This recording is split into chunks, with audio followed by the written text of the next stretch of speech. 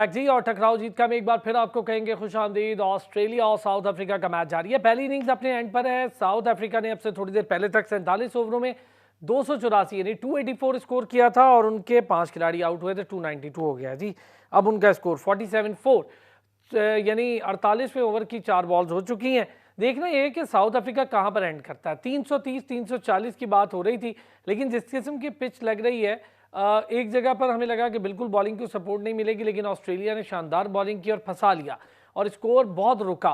और जब स्कोर रुका तो ऑब्वियसली ओपनिंग पार्टनरशिप बहुत अच्छी रही। उसके बाद कोई बड़ी पार्टनरशिप नहीं बनी। मकरम आए, 50 किया, चले गए। क्विंटन डी कॉक और बुम्बा ने एक अच्छी पार्टनरशिप क्लोज की और उसके बाद हमने देखा कि थोड़ा इंटरवल्स में कुछ स्कोर होता रहा। और इन्हीं चीज़ों पर तो हम बात करेंगे, लेकिन अब ऑस्ट्रेलिया ने अगली बैटिंग करनी है। अभी बैटिंग एंड होती है तो उसके पूरा एनालिसिस भी करते हैं और ऑस्ट्रेलिया ने कैसे बैटिंग करनी है उस पर भी बात करते हैं। लखनऊ की पिच तकरीबन नई पिच तैयार हुई है क्योंकि आईपीएल हुई थी इस पर। उसके बाद कोई इंटरनेशनल मैच नहीं हुआ। 2019 में गालिबन को लास्ट मैच हुआ होगा तो हुआ, उसके बाद यहाँ पे कोई मैच नहीं हुआ।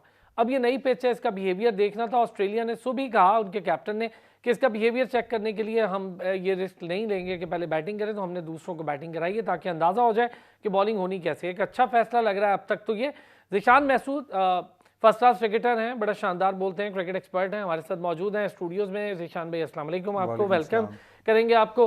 फिर हमारे लिए उस्तादों की तरह बहुत बड़ा नाम, आप सब लोग उन्हें जानते हैं, सीनियर स्पोर्ट्स एंकर, जर्नलिस्ट और नसीम राजपूत साहब, उन्होंने हमें ज्वाइन किया। नसीम भाई का तो मैं तहे दिल से शुक्रगुजार हूँ कि नसीम भाई को जब हम तंग करते हैं, नसीम भाई हमारे लिए आ जाते हैं। भाई ये उनका प्यार है। नसीम भाई बहुत शुक्रिया sir, thank you so much. You welcome यार अर्शद।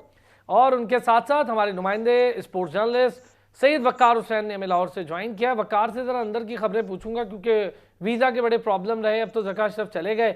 और दूसरी तरफ सुबह हमने एक बात की थी कि एक इन्फ्लुएंसर है जो कि अब क्लेम कर रहा है कि मैं बीसीसीआई का ऑफिशियल नहीं हूँ। भाई ऑफिशियल नहीं हो आप तो आपको ग्राउंड में किस तरह एंट्री दे रहे हैं, ग्राउंड तक रसाई आपको कैसे दे रहे हैं। एक इस किस्म के ह्यूमरस वीडियो बनाने की कोशिश की गई जिसमें पाकिस्तान के लिए अब्यूसिव लैंग्वेज का यूज़ किया। सच टेलीविजन के ट्विटर पे, आप सच टीवी का ट्विटर है उस पर जाकर आप ये देख भी सकते हैं वीडियो। अब उसने उसको रीपोस्ट करके कहा कि जी हमने को बड़ा उसके लिए गलत बात कर दी है और बड़ा ऐसे कर दिया। जब आप वीडियो बनाते हैं तब नहीं देखते। रिजवान को आप ट्रॉल करते हैं, जैनब को आप निकाल देते हैं अपने मुल्क से, उसके खिलाफ FIR बना देते हैं, पाकिस्तान के फैंस को वीज़ा नहीं देते, जर्नलिस्ट को वीज़ा नहीं देते। आप हमारी टीम का इस्तकबाल करके एक फ्रॉड कर रहे हैं कि वहाँ पर हम बड़ा आला इस्तकबाल कर रहे हैं जी। और वो तो आपने करना ही है भाई, पाकिस्तान खेलने आती है, आप यहाँ नहीं आते। आपने हमारा एशिया कप तबाह करने की कोशिश की। हमने फिर भी क्रिकेट की खातिर और इस रीजन की खातिर फैसला किया कि हम क्यों नहीं जाएंगे वर्ल्ड कप में। इंशाल्लाह पाकिस्तान जीतेगा 14 तारीख को ये मैच और जीत के दिखाएगा, क्योंकि अब बहुत ज़्यादा हो गया। अब इंशाल्लाह हमने अच्छी परफॉर्मेंस देनी है, अल्लाह ने चाहा तो। चलें जी, सारे हजरात हमारे साथ मौजूद हैं। ज़िशान भाई, एक तो मुझे पता है अभी थोड़ी देर पहले एक खबर मिली, चलें अल्लाह ताला बस सारा कुछ बेहतर रखे। मुझे ये बताएं कि इस वक्त साउथ अफ्रीका जो इस वक्त स्कोर कर चुकी है, मैं एक्सपेक्ट कर रहा था साउथ अफ्रीका 350 के करीब स्कोर करेगा। ओपनिंग पार्टनरशिप 100 के करीब से ऊपर गई, उसके बाद इंटरवेल्स में स्कोर हुआ, विकेट्स भी गिरती रही। तो ऑस्ट्रेलिया को क्रेडिट देंगे इस बात का? डेफिनेटली ऑस्ट्रेलिया जो है वो एक बहुत बड़ी साइड है। आप उनको देखें, उनकी बॉलिंग में जैसे कमिंग्स हैं, हेजलवुड हैं, स्टार्क खुद हैं। स्टार्क ने, अगर आप हॉलैंड वाला मैच देखें जो उन्होंने स्विंग और पेस से बॉल की, वो एक ऐसा फैक्टर है जो कि ऑस्ट्रेलिया को बिल्कुल जो है वो दूसरी तरफ लेके जा सकता है। नो डाउट साउथ अफ्रीका की बहुत अच्छी टीम है। जैसे डिकॉक ने जो है वो आज फिर 100 की है। मार्कराम जो है वो शुरू में ओपन करते रहे लेकिन वहाँ पे वो इतना कामयाब नहीं हुए। अब वो मिडिल ऑर्डर में आके यहाँ पे एडजस्ट किए उन्होंने और बहुत अच्छा जो है वो अपनी टीम को सहारा दे रहे हैं। तो जो स्कोर आपने जैसे कहा कि वो बड़ा अच्छा खेल रहे थे, आई बिलीव थोड़ा सा विकेट जो है वो स्लो साइड पे है। साउथ अफ्रीका ने 2 स्पिनर्स खिलाए हैं, जबकि ऑस्ट्रेलिया के पास एक प्रॉपर स्पिनर है और एक उनके पास मेक शिफ्ट स्पिनर है। बहुत अच्छा मैच होने वाला है। नसीम भाई, मैच बहुत अच्छा होने वाला है। कहाँ तक देख रहे हैं स्कोर? बस एंडिंग है, 300 तो तकरीबन हुआ है, लेकिन मैं एक्सपेक्ट कर रहा था 350 पर। ऑस्ट्रेलिया ने अपनी अच्छी बॉलिंग से 350 होने नहीं दिया। जेम्पा जो आउट ऑफ कलर नजर आए थे इंडिया में, चूंकि ड्यू फैक्टर था, लेकिन आज ड्यू फैक्टर नहीं था तो जेम्पा ने बड़ी अच्छी बॉलिंग कर ली है। देखिए, एक फैक्टर है लखनऊ के हवाले से, ये बहुत ज्यादा मशहूर भी है कि थोड़ा स्पिन को ये सपोर्ट करते हैं, लेकिन ये पिच अगर स्पिन को सपोर्ट करती है। इससे पहले मैं ज़ीशान भाई को जो है वो ज़ीशान भाई इंशाल्लाह सब बेहतर अल्लाह मियां रखेंगे। मैं भी सुन रहा था से पहले मुझे आवाज आ रही थी आमीन। देखिए ऑस्ट्रेलिया बहुत ही मजबूत टीम है, साउथ अफ्रीका भी बहुत ही मजबूत टीम है, खासकर क्विंटन डिकॉक की जो फॉर्म हमें दिखाई दे रही है, सेकंड कंसेक्टिव सेंचुरी दिखाई दी उनकी जानिब से, ऊपर से स्टार्ट अच्छा मिल रहा है यहाँ पर। ऑस्ट्रेलिया ने जो कमबैक किया वो देखना होगा, लेकिन ये जो रन्स बोर्ड पर सजाने में कामयाब हो गए, यहाँ पर देखना होगा कि साउथ अफ्रीका के स्पिनर्स को, महाराज को किस तरह खेलते हैं ये, या ये किस आज तो तरीके से शम्सी भी खेलते है हैं प्रिंस नसीम भाई, आज तो फिर शम्सी भी है साथ। को। तो ये मेरे ख्याल है ये एक एडवांटेज होगा। इस साल जनवरी में T20 मैच खेला गया था इस ग्राउंड पे न्यूजीलैंड और इंडिया के दरमियान।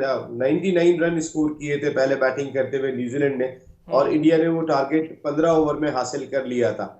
तो दोनों को एक एडवांटेज दिखाई देता है इस पिच पे, लेकिन थोड़ा सा कहते हैं कि लखनऊ की पिच, जैसे वहां के लोग होते हैं ना बड़े अदब आदाब वाले, तो वहां की पिच भी जो है ना वो थोड़ी सी जरा स्पिनर्स को और धीमे बॉलर्स को सपोर्ट करती है। धीमे लेजे में वो बोलते हैं, देखते हैं कि अब ये धीमे बॉलर्स जो है साउथ अफ्रीका के वो कैसा रिप्लाई करते हैं। लेकिन एक रेस्पेक्टेबल टोटल, चाहे कैसा भी ग्राउंड हो, साउथ अफ्रीका की बॉलिंग भी बहुत जबरदस्त है, उनके फास्ट बॉलर्स देन उनके स्पिनर्स। ऑस्ट्रेलिया के लिए ये टारगेट इतना आसान दिखाई नहीं दे रहा है। ऑस्ट्रेलिया की परफॉर्मेंस को हम बिल्कुल रेस्पेक्ट देंगे, लेकिन साउथ अफ्रीका को मेरे ख्याल है जितने रन उन्होंने बोर्ड पे सजाए अपने स्पिनर्स की वजह से थोड़ा सा एडवांटेज होगा, अपनी बॉलिंग की वजह से, फील्डिंग की वजह से। वकार क्या कहते हैं? मुझे सबसे अच्छी बात तो ये लग रही है कि जो इस पिच का जो बिहेवियर है ना, ये थोड़ा तब्दील लग रहा है, क्योंकि पहले मैचेस में हमने देखा था कि वो बैटर्स को सपोर्ट करेगी। जो ये पिच है इसके लिए बॉलर्स के लिए भी कुछ है, और खास करके जो स्पिनर्स हैं उनको ये काफ़ी मदद देगी। इसकी सबसे बड़ी वजह ये भी है कि यहाँ पर मैचेस बहुत कम हुए हैं और इस पिच पर घरास भी मौजूद है। जिस तरह कि आपने कहा था कि 330 या 340 का टारगेट दिया जाएगा साउथ अफ्रीका की जानिब से, लेकिन आहिस्ता आहिस्ता हमने देखा कि जो पिच है इसका बिहेवियर तब्दील होता रहा, जो खास करके बॉलर्स को भी काफ़ी सपोर्ट कर रहा है। यकीनन ऑस्ट्रेलिया के लिए इतना आसान नहीं होगा ये मैच जीतना, भले साउथ अफ्रीका की जानिब से स्कोर कम ही हो, इतना 330 या 340 ना हो, लेकिन इसके बावजूद ये मैच फंसेगा और ऑस्ट्रेलिया के जो बल्लेबाज होंगे उनको ये पिच काफ़ी मुश्किलात देंगे। जिस तरह की शम्सी भी खेल रहा है, इसके अलावा साउथ अफ्रीका के पास और भी स्पिनर्स मौजूद हैं। वकार ये बताएं, कुछ खबरें आई हैं कि कुछ जर्नलिस्ट को वीज़े मिले हैं, वही उन्हीं को मिले हैं जो मंजूर नज़र है, खैर वो मिल गए हैं पीसीबी के साथ ही, वो शायद चेयरमैन के साथ भी चले भी गए हैं, तो कुछ जर्नलिस्ट को वीज़े मिले हैं, ये मामला तो हल हुआ है? बिल्कुल इरफान भाई, ये मामला कुछ हल हुआ है और आपने सबसे अच्छी बात ये की है कि कुछ मंजूर नज़र जर्नलिस्ट हैं उन्हीं को ही वीज़े जारी किए गए हैं। और एक या सबकी दुखती रग पे हाथ रख दिया है? दुखती रग पर हाथ रख दिया आपने, क्योंकि पीसीबी की जानिब से एक लिस्ट तैयार की गई थी और वही लिस्ट आगे फॉरवर्ड की गई है, जिसकी वजह से जो हमारे लाहौर के जर्नलिस्ट हैं वो भी काफ़ी नाराज़ हैं। और कल एक तकरीब हुई थी लंकर प्रीमियर लीग की, जो उनकी एक फ्रेंचाइज थी, उन्होंने लाहौर में एक इवेंट किया था जिस पर कई जर्नलिस्ट ने बाकायदा तौर पर ज़कात अशरफ से शिकवा भी किया था और ज़कात अशरफ को ये कहा था कि जो आपका मीडिया मैनेजर है वो सही तरीके से ये तमाम मामला को हैंडल नहीं कर रहा और सिर्फ मंजूर नज़र सहाफ़ी है, उन्हें सिर्फ प्रमोट किया जा रहा है। जिस पर ज़कात अशरफ ने मीडिया मैनेजर को बुलाकर उनको ये कहा भी था कि तमाम जर्नलिस्ट को एक ही जैसा लेवल दिया जाए। बहरहाल जो लिस्ट मैंने आपको बताया है कि पीसीबी की जानिब से तैयार की गई थी, उसी को आगे फॉरवर्ड किया गया। चले, वैसे ये तो शुरुआत थी, लेकिन मैं समझता हूँ कि मैम आलिया रशीद ने ज्वाइन किया है, तो मुझे बड़ी खुशी है कि मैम आलिया रशीद जैसी रिफाइंड जर्नलिस्ट ने ज्वाइन किया है, तो अच्छा होगा इंशाल्लाह आगे, और कुछ ज़रा चेंज भी देखेंगे सोच में भी और मामलात में भी। मैम आलिया जैसा अच्छा जर्नलिस्ट हो तो हमें भी ज़रा उम्मीद होती है कि यहाँ कोई अच्छा जर्नलिस्ट, जैसे नसीम भाई हैं, माजिद भट्टी साहब हैं, बड़े नाम हैं, मिर्ज़ा इकबाल बेग साहब हैं, सारे अच्छे नाम हैं, ये लोग होंगे तो उम्मीद होती है कि समझते हैं चीज़ों को, मीडिया के मामलात को बेहतर तरीके से आगे डील किया जाएगा। चले वापस आते हैं जी, और फिर देखते हैं, चूँकि आखिरी ओवर है, फिर ज़रा बात करेंगे ओवरऑल सिनेरियो पर कि जो कुछ स्कोर हो चुका हो। वेलकम बैक जी। 312 रन करने हो गया ऑस्ट्रेलिया को, क्या ये स्कोर डिफेंडेबल है साउथ अफ्रीका के लिए और ये स्कोर चेजेबल है ऑस्ट्रेलिया के लिए? इस पर बात करते हैं। हाँ जी निशान भाई, 312 करना है। देखें, चेज तो पाकिस्तान ने उस दिन जैसा खेला, पहले उनकी विकेट्स गिरी, डरा के रख दिया, तो हमें भी यही थोड़ा सा हुआ कि यार नहीं चेज होगा। विकेट बिल्कुल स्लो है, जैसे नसीम भाई ने भी बात की, वकार भाई ने भी की कि लखनऊ की विकेट स्लो होती है। और दूसरा उन्होंने आज तबरेज़ को खिलाया, शम्सी को, साथ में जो है वो इनके जो 3 फास्ट बॉलर हैं, तो ये एक बहुत अच्छा कॉन्टेस्ट होने वाला है। मुश्किल ज़रूर होगा क्योंकि आसान नहीं है। यानसन जो हैं वो बहुत ही अच्छे प्रॉमिसिंग फास्ट बॉलर हैं, उनके साथ फिर रबाडा बहुत ही एक्सपीरियंस बॉलर हैं, तो मेरे ख्याल से ऑस्ट्रेलिया को जो है थोड़ी सी मुश्किल होने दो वाली है। स्पिनर होना अच्छी चीज़ है आज ऑस्ट्रेलिया के लिए। शम्सी भी खेल रहा है, महाराज भी खेल रहा है। देखिए स्पिनर, जहाँ तक एशियन कंडीशंस है आपको पता है कि यहाँ पे जो है वो गेम ज़्यादातर स्पिनर्स की तो होती फिर तो है। मुश्किल में आएगी ऑस्ट्रेलिया, क्योंकि साउथ अफ्रीका उसको फिर नहीं छोड़ेगा। डेफिनेटली इतना आसान नहीं होगा इसको चेज करना। शम्सी आपको पता है वो इंडिया में बहुत ज़्यादा खेल चुके हैं, उनको विकेट्स का अंदाज़ा है, और उनके साथ दूसरे जो उनके केशव महाराज जो हैं वो लेफ्ट आर्म स्पिनर हैं। लेफ्ट आर्म स्पिनर जो होते हैं ये बहुत मुश्किल होता है खेलना। आप जडेजा को देखें वो किस तरह की बॉलिंग कर रहे हैं, मेरे ख्याल से बहुत ज़बरदस्त कॉन्टेस्ट होने वाला है। नसीम भाई, लेग स्पिनर को लेग बॉलर को खेलना, लेफ्ट आर्म को खेलना थोड़ा मुश्किल होता है, नवाज को खेलना क्यों आसान हो रहा है बाकियों के लिए? देखिए ये वाकई में पाकिस्तानी स्पिनर्स के हवाले से सवाल दिखाई देता है। अगर हम बात कर लें साउथ अफ्रीका के स्पिनर्स की, ये एक एज है साउथ अफ्रीका को, खासकर तबरेज शम्सी थोड़े से ऑर्थोडॉक्स बॉलर है, वो डिफरेंट क्रिएट करते हैं। फिर लेफ्ट आर्म स्पिनर अभी जैसे निशान भाई ने बात की, बिल्कुल ठीक के हम देख रहे हैं जडेजा का गेंद जिस तरीके से जगह से ब्रेक ले रहे हैं, जितना ब्रेक ले रहे हैं, नवाज का गेंद हम टर्न होता हुआ भी नहीं देख रहे हैं। अगर ये जो 14 तारीख को मैच खेला जा रहा है पाकिस्तान और इंडिया का, वहां पे स्पिनिंग डिपार्टमेंट में भी देखा जाए तो इंडिया को बरतरी हासिल होगी। कुलदीप यादव है उनके पास जडेजा दिखाई देते हैं। अश्विन पिछला मैच नहीं खेले, लेकिन मोस्ट प्रॉब्ली हो सकता है उनका रिकॉर्ड पाकिस्तान के खिलाफ अच्छा है, उनको भी वो टीम का हिस्सा बनाएंगे। Where is Pakistani spinners is concern, देखिए नेदरलैंड के खिलाफ शादाब बड़ी जगह पे गेंद कर रहे थे, लेकिन जहां श्रीलंका के बैट्समैन जो हिट करने की सलाहियत रखते थे पैर निकाल के लेग स्टंप पे, उन्होंने भरपूर हिट किया आज भी शादाब को। नवाज को भी जो हम देख रहे हैं उस तरीके से गेंद टर्न नहीं ले रही। फास्ट बॉलिंग डिपार्टमेंट में भी अगर हम देखें तो देखिए आज का मैच तो ऑस्ट्रेलिया साउथ अफ्रीका का हम पहले भी कह रहे थे कि दोनों बड़ी थ्रिलिंग टीम्स है, और ये बड़ा एक थ्रिलर होने जा रहा है, और हम एक्सपेक्ट यही करते हैं कि बड़ा स्ट्रॉन्ग रिप्लाई आएगा ऑस्ट्रेलिया की जानिब से भी। वो बड़े दिल के और बड़े नसीब में दिमाग के 311 ठीक है, 312 करना है, 311 ओके। देखिए ये पिच थोड़ी सी डिफरेंट वाकई में है। अगर हैदराबाद दक्कन की पिच आप देखें, फिरोज शाह कोटला स्टेडियम की पिच देखें, तो उसके मुकाबले में थोड़ी सी मैं ये नहीं कह रहा कि बहुत ज्यादा कोई बॉलिंग फ्रेंडली है, लेकिन कहीं ना कहीं कुछ बॉलर्स के लिए भी मौजूद दिखाई दे रहा है। तो ये एक अच्छा रेस्पेक्टेबल टोटल है। 300 से ऊपर जब भी होता है, ये तो इस वर्ल्ड कप में लग रहे हैं ना, इतनी सेंचुरियां बन रही हैं। मैं भी एक प्रेडिक्ट करता हूँ कि 400 पे 400 भी बनेंगे किसी दिन। कोई बड़ी टीमें कोई ऐसी पिच के ऊपर आ गई तो कुछ नहीं कह सकते, इंडिया की पिचेस पे ये हो सकता है। पाकिस्तान का जो मसला है ना, मैं वैसे ही आ गया इस टॉपिक के ऊपर क्योंकि सब लोग बात कर रहे हैं। हम फास्ट बॉलर्स और स्पिनर्स, आपने जो बात की नवाज और शादाब को, इनको बहुत इम्प्रूव बॉलिंग करना पड़ेगी। इफ्तिखार का रोल बहुत इंपॉर्टेंट हो सकता है अगर तरीके के साथ इस्तेमाल करें, क्योंकि हमने देखा इफ्तिखार की गेंद जरा जगह पे गिर रही है। अगर उनके शुभमान गिल नहीं होते हैं और ईशान किशन ही ओपन करते हैं, नई बॉल में पाकिस्तान को थोड़ा सा कुछ आउट ऑफ द बॉक्स भी करने की जरूरत दिखाई देती है। जिस तरीके से रोहित शर्मा बड़ी हिटिंग कर रहे हैं, शायद मैं ऐसा समझता हूं कि ईशान किशन को फंसाने के लिए अगर इफ्तिखार को हम यूटिलाइज करके देखें नए गेंद के साथ, शाहीन के साथ, तो कुछ देखिए इंडिया की टीम, आप उनका टॉप ऑर्डर उठा के देखो, उनका मिडिल ऑर्डर उठा के देखो, उनके फास्ट बॉलर उठा के देखो, उनके स्पिनर उठा के देखो, और खासकर उनका माइंड सेट देखो। वो जिस माइंड सेट के साथ क्रिकेट खेल रहे हैं, जितनी फेयरलेस क्रिकेट खेल रहे हैं, उस लिहाज से कुछ थोड़ा सा पाकिस्तान के थिंक टैंक को मैं समझता हूँ डिफरेंट करने की जरूरत है। अगर आप शुरू में विकेट लेना बहुत जरूरी होगा, वो सब तैयारी करके बैठे होंगे कि शाहीन शाह अफरीदी प्लस हसन अली गेंद करेंगे, लेकिन कुछ चेंज करके देखें, शायद कुछ सक्सेस हो जाए। वैसे ये आइडिया बुरा नहीं है, अच्छा है। क्या कहते हैं वकार?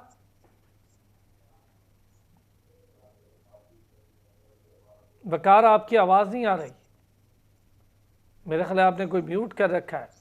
जी अब आ रही? जी जी, लगता है ऐसे ही आ रही है। हाँ जी बिल्कुल शान भाई, मुझे लग रहा है कि ये स्कोर जो है वो चेजेबल है। गो के जो विकेट है ये काफ़ी डिफरेंट है पिछले मैचेस से। 311 का जो टारगेट है साउथ अफ्रीका ने काफ़ी बड़ा दिया है, तो ऑस्ट्रेलिया के जो बैटर्स होंगे उन्हें मुश्किलात जरूर पेश आएंगी, लेकिन मुझे लगता है कि ऑस्ट्रेलिया ये मैच जीत जाएगा।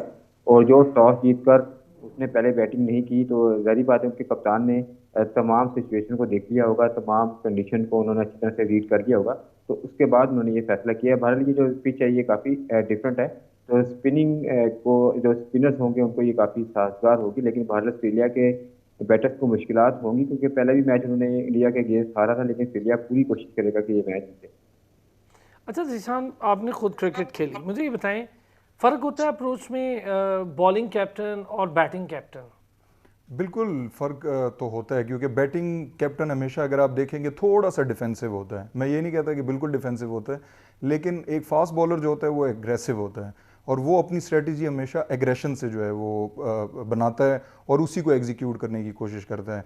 यहाँ पे आप कमिंस को देखेंगे तो वो उनकी स्ट्रेटजी आपको बिल्कुल डिफरेंट लगेगी, वो हमेशा अटैक करने पे जाएंगे। नो डाउट साउथ अफ्रीका ऐसे नहीं है कि वो बिल्कुल ही डिफेंस पे जाएंगे, वो भी अटैकिंग खेलते हैं, लेकिन उनको चोकर्स भी कहा जाता है। वो बड़े मैच में भी चोक कर जाते हैं, लेकिन वो अगर उनकी ऊपर नीचे जल्दी विकेट्स गिरे तो आप देखेंगे कि वो वहाँ पे भी चोक कर जाते हैं।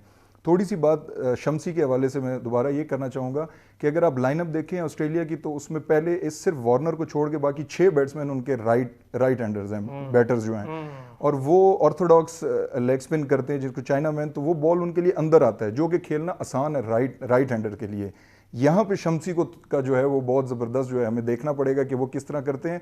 महाराज नो डाउट वो लेफ्ट आर्म है, उनके लिए थोड़ा सा ये है कि थोड़ा सा एज होगा, लेकिन शम्सी जो है इस हवाले से कि उनके पास लेफ्ट आर्म इतने नहीं है, आज उनको खिलाना एक बहुत बड़ा जो है उनके लिए अच्छा, होगा। मुझे ये लगता है कि शायद साउथ अफ्रीका के जहन में ये सोच यादव की वजह से आई है, क्योंकि सेम अगर हम देखें तो यादव ऐसे ही बॉल करते हैं और बड़ा सक्सेसफुल बॉलिंग कर रहा है यादव इस टूर्नामेंट में भी, इससे पहले भी एशिया में भी हमने देखा, तो ही इज़ डूइंग गुड। देखिए ये भी हो सकता है, और दूसरा विकेट का जो बिहेवियर है, विकेट के बिहेवियर की वजह से उन्होंने आज 2 स्पिनर खिलाए हैं।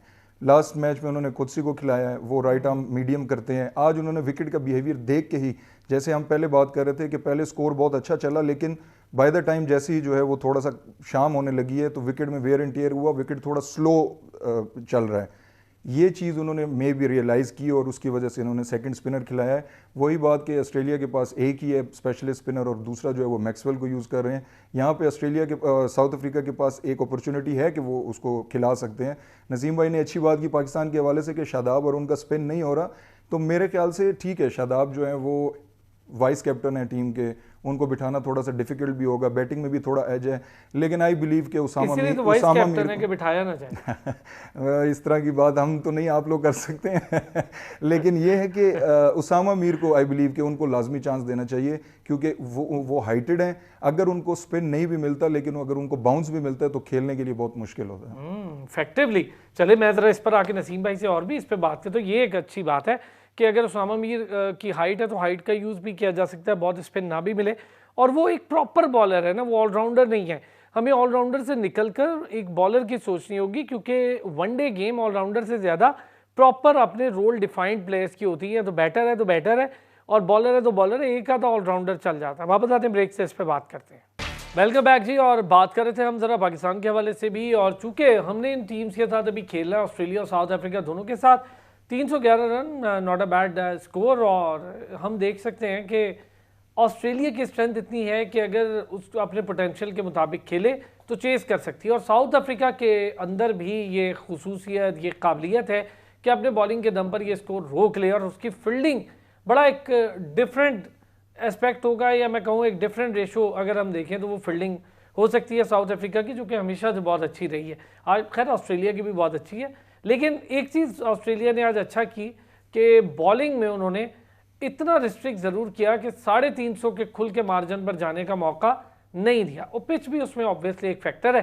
ज़िशान महसूद हमारे साथ मौजूद हैं, सैयद वकार हुसैन मौजूद हैं, नसीम भाई से हमने इजाज़त दी है, नसीम भाई ने जाना था तो हमने कहा जी नसीम भाई ठीक है, आप फिर इंशाल्लाह नेक्स्ट टाइम सही। तो ज़िशान भाई, एक चीज़ हम हसन अली के बारे में थोड़ी बात करें। हसन अली प्लान का हिस्सा नहीं था, प्लान का हिस्सा बना, कमबैक जिसे कहते हैं किया। मेरा ख्याल है बहुत अच्छी बॉलिंग कर, मैं इतनी एक्सपेक्ट नहीं कर रहा था, क्योंकि लास्ट T20 के वर्ल्ड कप में हसन अली ने बहुत मायूस किया था, बाहर गया। अब वो कमबैक किया, 4 विकेटें भी ली, और वो जो 4 विकेट थी ऑब्वियसली, वरना स्कोर उससे कहीं 20-25 रन ज़्यादा हो सकते थे। विकेट लेने का मतलब है स्कोर ठहरना, तो अच्छा किया हसन अली ने बतौर पेसर उस विकेट पे 4 विकेट्स ली। पहले तो पाकिस्तान के लिए बहुत अनफॉर्चुनेट है कि नसीम शाह जो है उनको इंजरी हुई, जैसे 92 के वर्ल्ड कप में वकार भाई को इंजरी हो गई हमारे पास एक बहुत अच्छा बैकअप था एहसानुल्लाह के उसमें, लेकिन वो भी इंजर्ड थे, हसनैन भी इंजर्ड हैं। अब मुकाबला ये था कि हम ज़मान को लेके जा रहे हैं या हसन को। डेफिनेटली बाबर और बाकी जो सिलेक्टर्स बैठे होंगे कि ज़मान सिर्फ एक मैच खेलें, और एक्सपीरियंस जो है फर्स्ट वो क्लास भी नहीं है ना, लिस्ट है खेला हुआ है बस जस्ट, और फिर कोई ऐसे सिर्फ पीएसएल की बुनियाद पे तो वनडे खिलाना एकदम से थोड़ा सा वैसे अगर आप देखें तो हारिस रऊफ का भी सिर्फ एक टेस्ट मैच है और एक ही फर्स्ट क्लास जी है। हाँ। लेकिन देखें अगर अगर बॉलर अच्छा है, क्योंकि बॉलर आपको पता है कि अगर वो अच्छा हो उसको आप बड़े लेवल पे खिला देते हैं तो वो एडजस्ट जल्दी कर जाता है। जमान नो डाउट बहुत अच्छे बॉलर है, मैं अगर अपनी मेरे से सिलेक्शन पूछे तो मैं हसन अली की जगह डेफिनेटली जमान को ही सिलेक्ट करता। अच्छा, उसकी वजह ये कि देखें एक तो पेस का बहुत डिफरेंस है, पेस का डिफरेंस है, थोड़ी सी जो आप उनकी वेयर एंड टियर देखें उसका बहुत डिफरेंस है। हसन अली को वो कॉन्फिडेंस नहीं है अभी तक, नो डाउट उन्होंने 4 आउट किए हैं, लेकिन अभी भी मैं समझता हूँ कि उनको वो कॉन्फिडेंस नहीं है कि जो जमान एक ऐसे हैं कि जो इनको क्रिकेट का अभी नॉलेज कम है और वो नॉलेज कम ही उनके फेवर में जाता है। ठीक, वो प्रेशर नहीं लेते, आपने देखा है वो हमेशा आखिरी ओवर करते हैं। एशिया कप में वो चौका ना होता तो वो मैच जिता गए थे।